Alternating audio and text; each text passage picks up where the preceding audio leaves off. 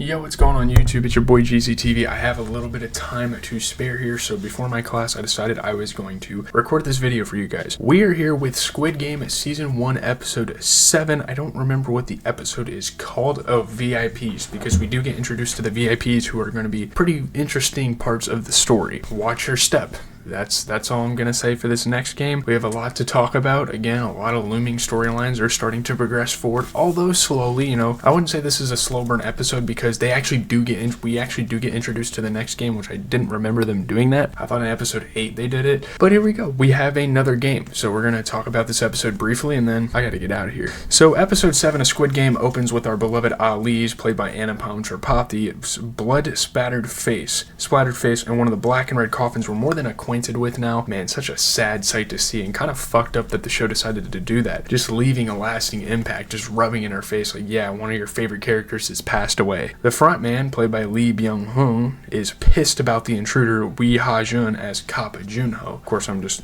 introducing some of the different characters here. I haven't really introduced the cast. I thought it'd be a little more respectful to do that. He also maybe doesn't trust anyone anymore, feeling the heat because the VIPs arrive soon. He's got to put on a show. He's in like a high pressure situation. He's got to deliver. These have to be some really good games. The players shuffle back to their barracks living space. To our and the other players' surprise, Min Yo, played by Kim Joo-ryung, is in bed, alive and safe. And again, we kind of had to assume that she was going to be returned back to the dorms because, well, if you don't have a partner, by default, it's a forfeit and you win. Really, that's how I look at it. Now, obviously, they could have been ruthless and killed her off, but that wouldn't have been fair. Again, equality. If you can't find a partner and there's odd numbers, then why the hell would you have to play the game? Yaksu, played by Hyung-sun Tae, who's one of the bigger actors in this, is shocked, certain she was killed after no one picked her for the last game. That's the reason why they didn't pick her, so her annoying ass could get the fuck on out of here. But no, that's not what happened. Turns out she's the weakest link according to the game. Not abandoning the weakest kid is a beautiful rule, Sheeta politely says, and that's pretty fucking cool to save her life. However, we know this is no olive branch from the front man. He's not reaching out an arm and being like, hey, we're with you, we're gonna give you the advantage. The front man confirms to his boss, how many levels of authority are there, that the host is waiting for the VIPs to arrive. And there's so many different positions they've named off in this show, and you're like, who the fuck are these people? He notices something off in his palace studio. That's because Junho is there, and right away at the beginning of the episode they put it in our face that the front man knows that someone is here. He knows the bullet he killed one of the guards with is a police bullet and tries to sniff him out.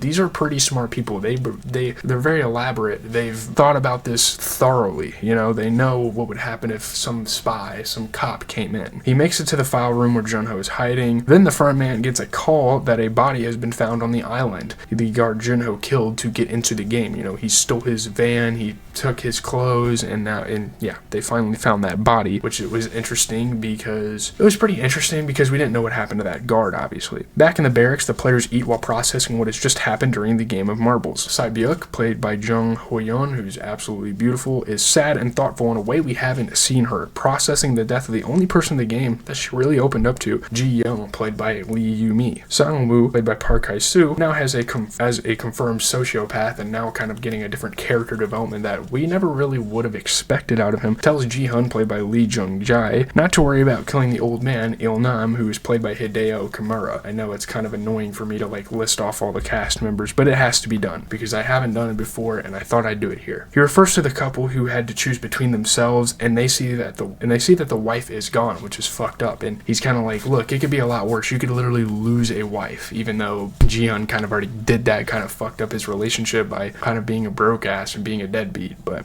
there you have it. Later, the husband is bereft beyond himself after losing his wife. He pleads with everyone that if the majority wants it, they can stop the game, and honestly, that's a dumb mentality coming from him, in my opinion, because why would you want to stop the game at this point? Your wife fucking died. You might as well keep going to live on and pursue the family honor and get some fortune in her name, You know what I mean?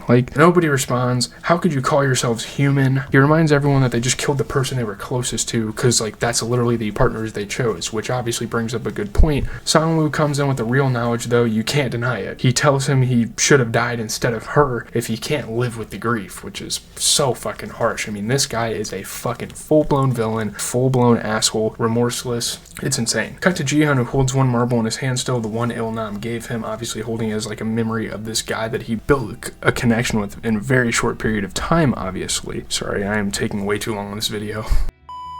So when the frontman arrives to see the guard's dead body covered in crabs, they find Junho's police ID, so now they know who killed the guy. The frontman gets a message that the VIPs have arrived and gives a command to incinerate the body. Burn it, get it the fuck out of here, we don't want this on our record. The VIPs arrive and the frontman lets the host know. We now realize that the host is the one in a painting at the frontman's place, which is weird. The VIPs all wear bedazzled but still unsettling masks shaped like animal faces. It's kind of fucked up, really, and there's obviously some symbolism that the show goes for with that. The frontman tells them he's the one who operates and oversees all matters here. If you need something, if you want something to be changed about the game, let me know. I'm here for feedback. It feels obvious, but we're getting into the hierarchies here. The VIPs all speak English, one with a detectable US Southern accent, and it becomes clear they are the backers of this game and the highest ranking. That might be one and the same, though it is likely the Chinese black market payers for organs are also putting up money for the operation. The VIPs want to see the host, and yeah, we start to kind of learn, we start to get some kind of clues on who the VIPs are, but the front man says there are personal issues keeping him from attending, but not to worry, the game will go on as scheduled. I guess the host is the boss. I don't really know. It still kind of confuses me. Obviously, they explain it throughout, and I think they do a good job eventually at explaining it, but there you go. It's nice to live in mystery in some aspects, though. So the rest of the episode continues in this way, popping back between the players and the VIPs having the time of their grotesque, filthy, rich lives, and I love how they kind of switch that over back and forth. I think it makes for a good episode. In the barracks, it's lights out, but the evangelist guy is praying, keeping everyone up. Thought-provoking for some, maybe, though Diaksu looks like he wants to kill him, obviously. He's fucking over this shit, The VIPs get this opulent lounge, a twisted vision of Cirque del Soleil, with a consistent flow of scotch and models positioned as tables and sexual poses. It's so fucked up. It's like a damn Diddy party in there, now that we can say that. It's kind of funny, This is where they watch the barracks, casually joking, seeing 69 is about to hang himself, and dang, one of them just lost $1 million on him. Holy shit, you bet $1 million on a fucking pussy of a contestant. And I was kind of wondering while I was watching this, did any of them see, the main characters?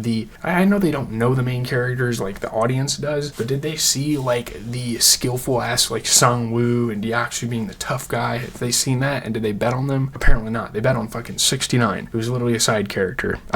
Jung-ho is back in action. This time he dresses up as a waiter and is headed into the VIP lounge in his new disguise, and he might regret that very soon. In the barracks, the Daily Classical wakes the players up, and the guards come in with a casket for 69, the first on-screen suicide of the series, which is interesting. Again, every episode, something new, something revolutionary kind of happens. Despite it not having happened in the game, that piggy bank descends from the ceiling and fills up with more coin, adding to the eeriness of the scene. And it's any time someone dies, it doesn't matter how they die, the money is going to be added to the pool. The next game will begin shortly, and back with the VIPs, the front man introduces the next game by a small-scale model, and it looks like a tightrope on ecstasy. They obviously get a hint. They don't get told what the game is, but they get kind of an idea. The players walk into a room with numbered vests on mannequins, 1 through 16, and they each have to pick one. Again, another strategic part of the game. Do you want to be first? Do you want to be last? Do you want to be somewhere in the middle? The players are confused and frantic, trying to figure out what number they chose means for them in the game. The religious guy takes 6 when God created man, and someone else takes 7 for a lucky number, and there's a flurry as people grab up the vest. Jihan tries to weigh everything out. The strong ones go first, so should he get a number in the front, or would being in the back be better because he'll gain the experience of those who go first? By the time he finishes thinking, only 001 is left, and obviously I forgot to say this, but the front man eventually says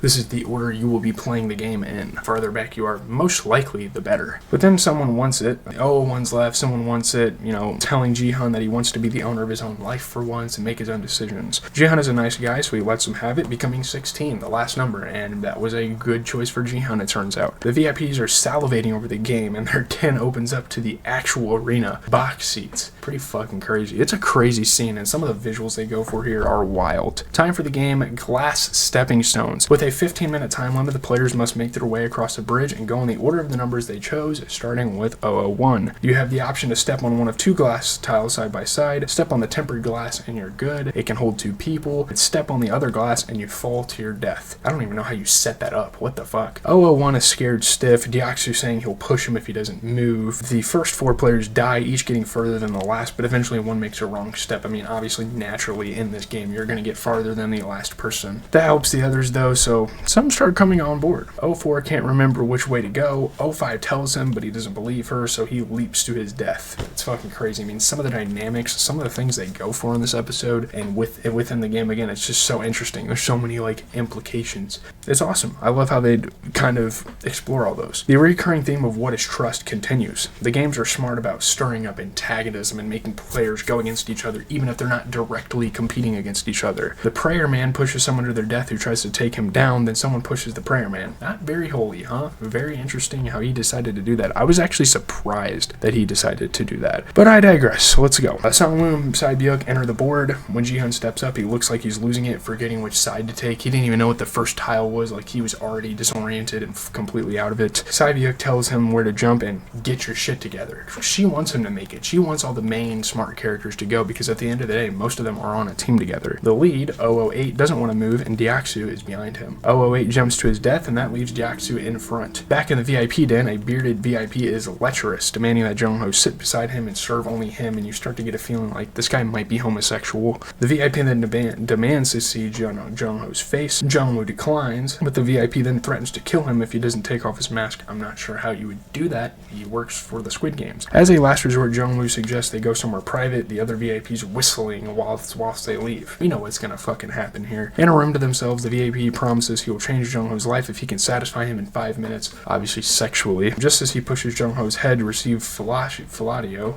however you say that. You guys know what that means. Jung-ho grabs his genitals and pulls a gun on him, saying that if the VIP gives him the information he needs, he might let him live. Satisfy me in 5 minutes and I'll let you live. It's kind of badass how Jung-ho kind of flips that on him. So there you go. He kind of threatens him. Back of the game, Deoksu proclaims that if anyone wants to move forward, they have to pass him. I'm kind of moving fast here because this episode's going to be long as fuck. After the man behind tries to push him, Deoksu shoves him off and he plummets to his death. So Deoksu's like a brick wall standing there, preventing anyone else from passing. Up next, it's Minyo, which this is going to be fun. It's going to be the ultimate lover showdown and it does not disappoint. Reminding him that he said they would always be together and that she would kill him if he betrayed her, she gets on his tile, wraps her arms around him, and hurls both of them to their death, assault style, crashing through a glass tile, and what a crazy fucking scene that was. And she wasn't lying. She's gonna fucking kill you if you wrong her. That girl is a psychopath. That was extremely psychotic. There's just 4 players left with 13 at the front, followed by Sangwoo, Sae-byuk, and Ji-hun. 13 says he worked at a glass factory and can tell the difference based on the light and the sound of the glass, and he gets the next one right. 13 says when Ji-hun points out that he didn't help the others, it's because they all tried to kill him, inserting a sliver of intuition that sometimes even here loyalty or just non-barbarism matters. The front man adjusts the game lights setting to make it harder for 13 to distinguish the glass types, and it works. 13 can't tell the next step, and he's literally 1 away from the finish line. And we didn't really know 13 that much, but that was super heartbreaking to watch him do that.